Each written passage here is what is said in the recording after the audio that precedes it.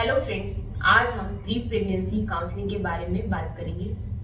Pre pregnancy counselling को pre conceptional counselling भी कहते हैं। इसमें कपल्स को जो प्रेगनेंसी प्लान कर रहे हैं उन्हें डॉक्टर से मिलना होता है और उनसे यह सलाह लेनी होती है कि क्या प्रेगनेंसी करने का यह उचित समय है।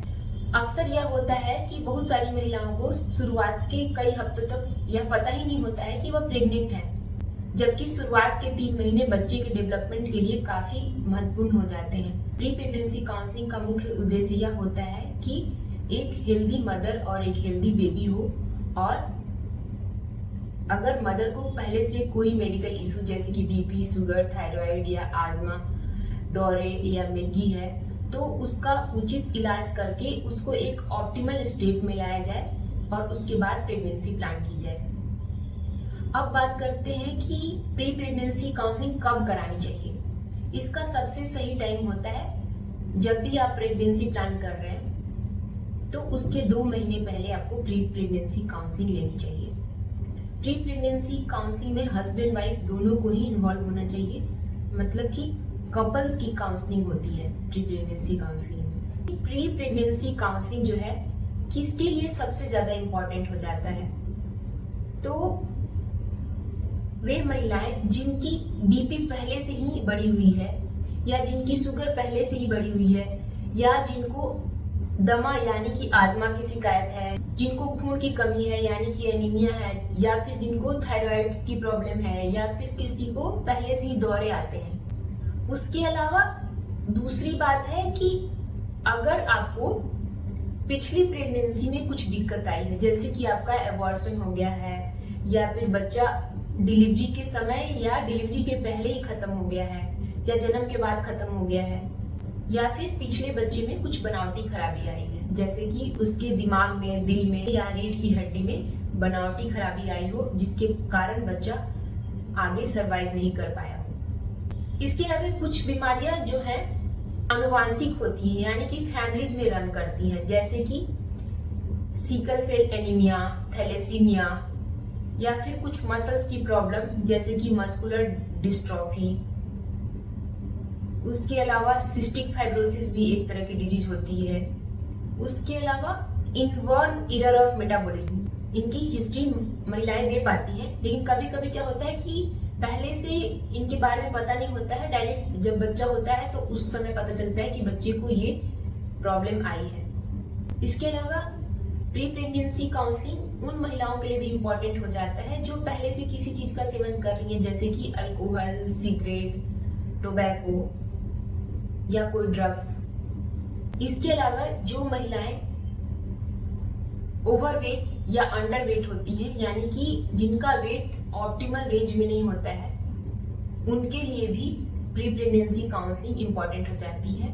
इसके अलावा अगर महिला को हेपेटाइटिस बी या HIV का इन्फेक्शन है तो इस स्थिति में भी प्री प्रेगनेंसी काउंसलिंग इम्पोर्टेंट हो जाता है। अब हम एक एक करके डिटेल में इन चीजों के बारे में बात करते हैं। अगर महिला को प्रेगनेंसी के पहले से शुगर है तो सबसे पहले अगर महिला जो प्रेगनेंसी प्लान कर रही हैं उनको पहले से ही शुगर बढ़ी हुई है तो ऐसे कंडीशन में हो सकता है कि उनको कोई दवाई चल रही हो। ऐसे में प्रेगनेंसी प्लान करने से पहले शुगर जो है नॉर्मल रेंज में होना चाहिए, और एक जो जांच होती है जिससे लगभग हमारे ब्लड में 3 महीने का शुगर पता चलता है, जिसको HbA1c यानी कि हीमोग्लोबिन A1c बोलते हैं, इसका लेवल लेस देन 6.5 होना चाहिए। अगर शुगर बहुत ज्यादा बढ़ी हुई है या HbA1c 6.5 से ज्यादा है तो बच्चे में बनावटी खराबी का खतरा बढ़ जाता है। खासकर बच्चे को दिल की बनावटी बीमारी और रीढ़ की हड्डी की बनावटी खराबी का खतरा बढ़ जाता है। इसके अलावा बढ़ी हुई शुगर के कारण बच्चे को प्रेगनेंसी ठहरने के बाद भी एबॉर्शन का खतरा बढ़ जाता है। अगर आप शुगर कंट्रोल करने के लिए कोई दवाई ले रही हैं तो उस स्थिति में भी आपको डॉक्टर से मिलना है कि क्या ये दवाई बच्चे के लिए सेफ है। जनरली प्रेगनेंसी में मेटफॉर्मिन नाम की एक दवाई आती है और इंसुलिन इंजेक्शन आता है, ये दोनों सेफ होते हैं। इसके अलावा ज्यादातर दवाइयां प्रेगनेंसी में बच्चे के लिए सेफ नहीं होती हैं। इस तरह से प्रेगनेंसी प्लान करने से पहले आपका शुगर बढ़ा हुआ है तो आपको अपने डॉक्टर से जरूर मिलना चाहिए। अब बात करते हैं कि अगर एक महिला जो प्रेगनेंसी का प्लान कर रही है उसका बीपी बढ़ा हुआ रहता है, ऐसे में अगर उसको बीपी की कोई दवाई चल रही है तो ज्यादातर दवाइयां जो है बीपी की जो कॉमनली मरीज को दी जाती हैं उससे बच्चे की किडनी में बनावटी खराबी होने का खतरा रहता है।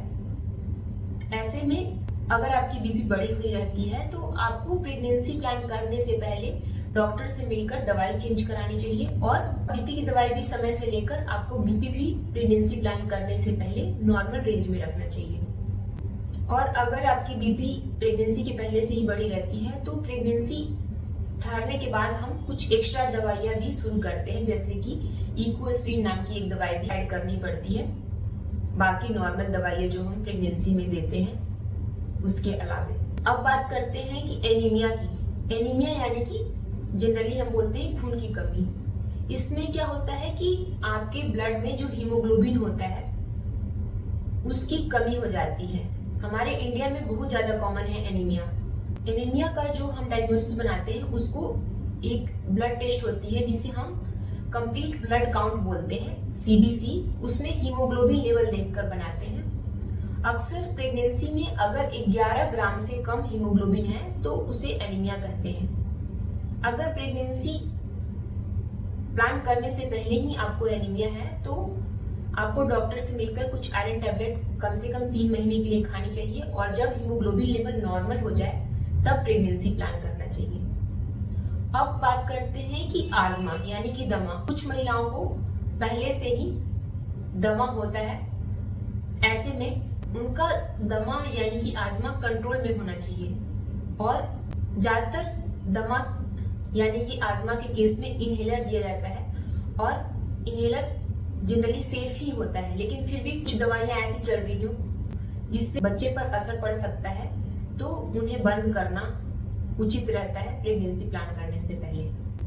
अब बात करते हैं हाइपोथायरायडिज्म की, यानी कि आपका थायराइड ग्लैंड जो होता है वह अच्छे से काम नहीं कर रहा है और कम हार्मोन प्रोड्यूस कर रहा है। थायराइड हार्मोन जो है आपके साथ साथ अगर प्रेगनेंसी कंसीव होने पे बच्चे के ब्रेन के डेवलपमेंट के लिए बहुत इंपॉर्टेंट हो जाता है।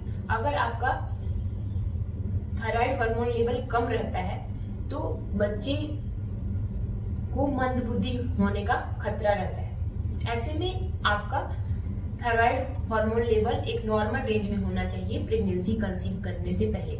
उसके लिए कुछ दवाइयां भी चलानी पड़ सकती हैं जिसको आपको पहले लेकर एक बार थायराइड नॉर्मल रेंज में हो जाए फिर तभी प्रेगनेंसी प्लान करना चाहिए। अब बात करते हैं कि किसी महिला को पहले से मिर्गी यानी कि दौरे या एपिलेप्सी रहती है जिसके लिए उनको बहुत लंबे समय से दवाइयां चलती रहती हैं। तो इसमें 2-3 बातें इंपॉर्टेंट हो जाती हैं। एक तो कि कभी भी प्रेगनेंसी प्लान कर रही है तो आपको दवाई खुद से बंद नहीं करनी चाहिए। और दूसरी बात कि आपको प्रेगनेंसी अगर प्लान कर रही है तो आपको डॉक्टर से जरूर मिलना चाहिए कि क्या यही दवाई मुझे जो पहले से चल रही है वही चलेगी या मुझे दवा चेंज करने की जरूरत है।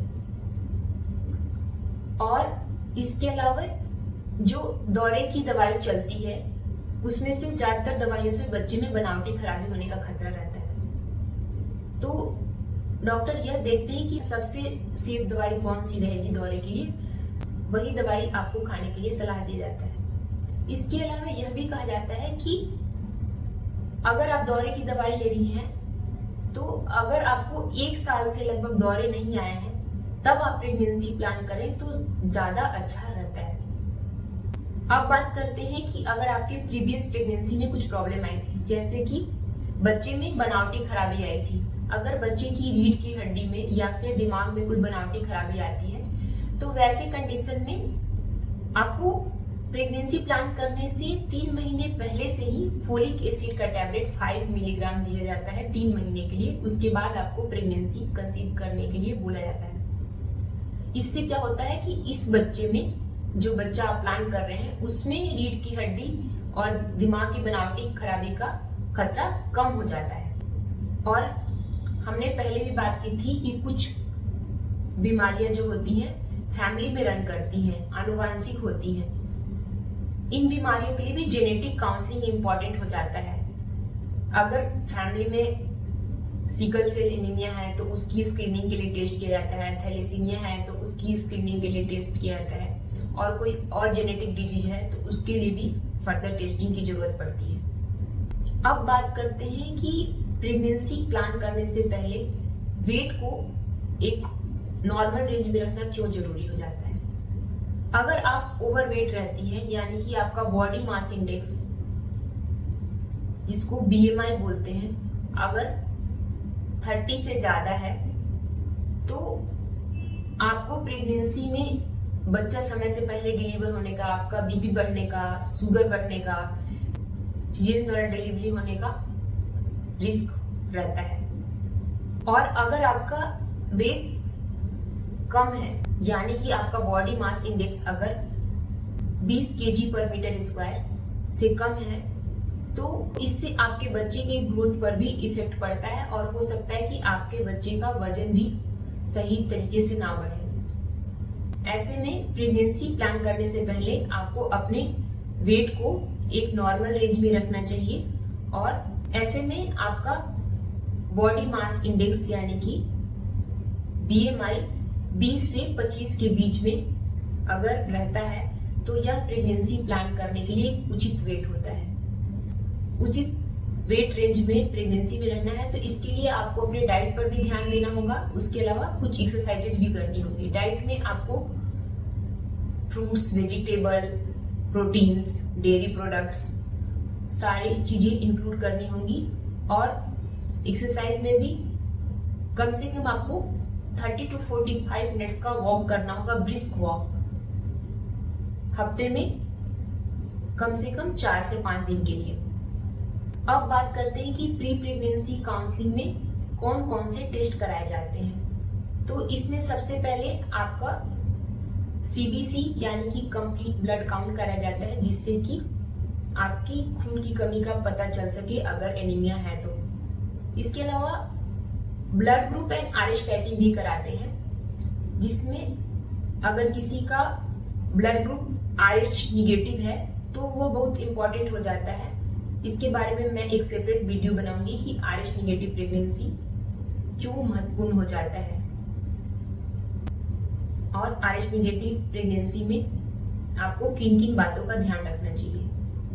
इसके अलावा अगर जरूरत पड़े तो आप एक अल्ट्रासाउंड भी करा सकती हैं। इसके अलावा अगर फैमिली में कोई जेनेटिक डिजीज रन कर रही है, यानी कि आनुवंशिक बीमारी है, तो उसके लिए भी जेनेटिक टेस्टिंग करानी होती है।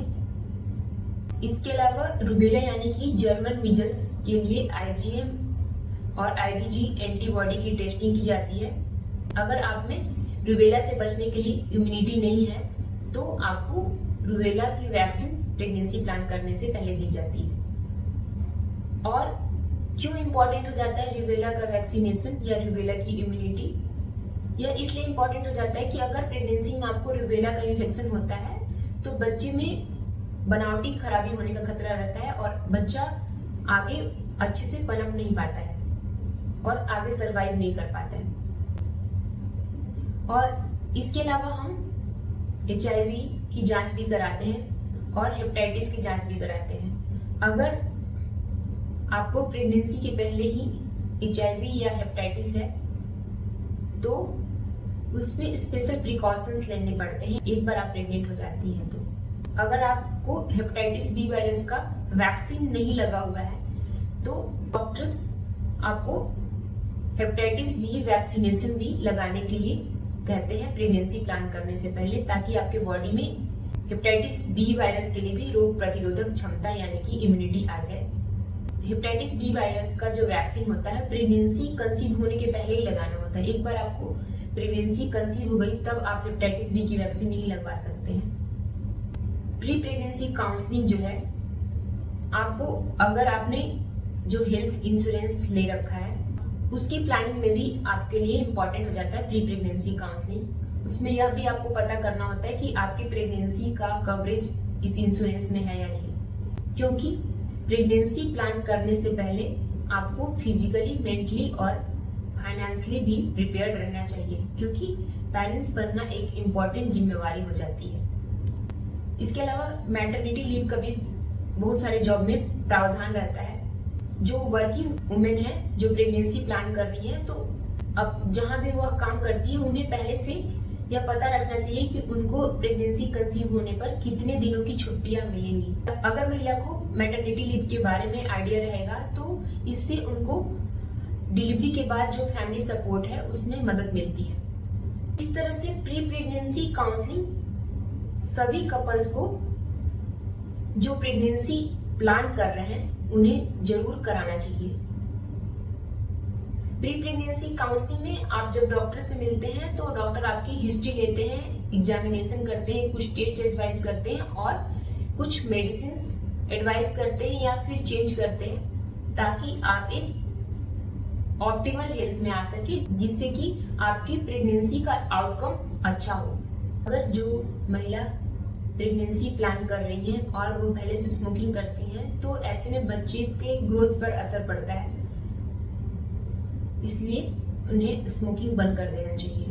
अगर कोई महिला प्रेगनेंसी प्लान करने से पहले अल्कोहल का सेवन कर रही है, उनके बच्चे में बनावटी खराबी का खतरा रहता है, खासकर जो फेस यानी कि चेहरे में बनावटी खराबी का खतरा बहुत ज्यादा रहता है। ऐसे में अल्कोहल या स्मोकिंग पूरी तरह से प्रेगनेंसी प्लान करने से पहले बंद कर देना चाहिए। इस तरह से प्री प्रेगनेंसी काउंसलिंग जो है सभी कपल्स के लिए इम्पोर्टेंट होता है, और खासकर उन कपल्स के लिए जिनमें महिला को पहले से कोई मेडिकल इशू जैसे कि बीपी, शुगर, थायराइड, आजमा, इपिलेप्सी या एनीमिया इत्यादि है, या फिर पिछली प्रेगनेंसी में कोई दिक्कत आई है, जैसे कि बच्चे का एबॉर्शन हो गया है, या फिर पेट में ही खत्म हो गया है बच्चा, या डिलीवरी के बाद खत्म हो गया है, या फिर बच्चे में जन्मजात कोई बीमारी है, बनावटी खराबी है, या फिर कोई बीमारी फैमिली में रन कर रही है, या कोई जेनेटिक डिजीज है।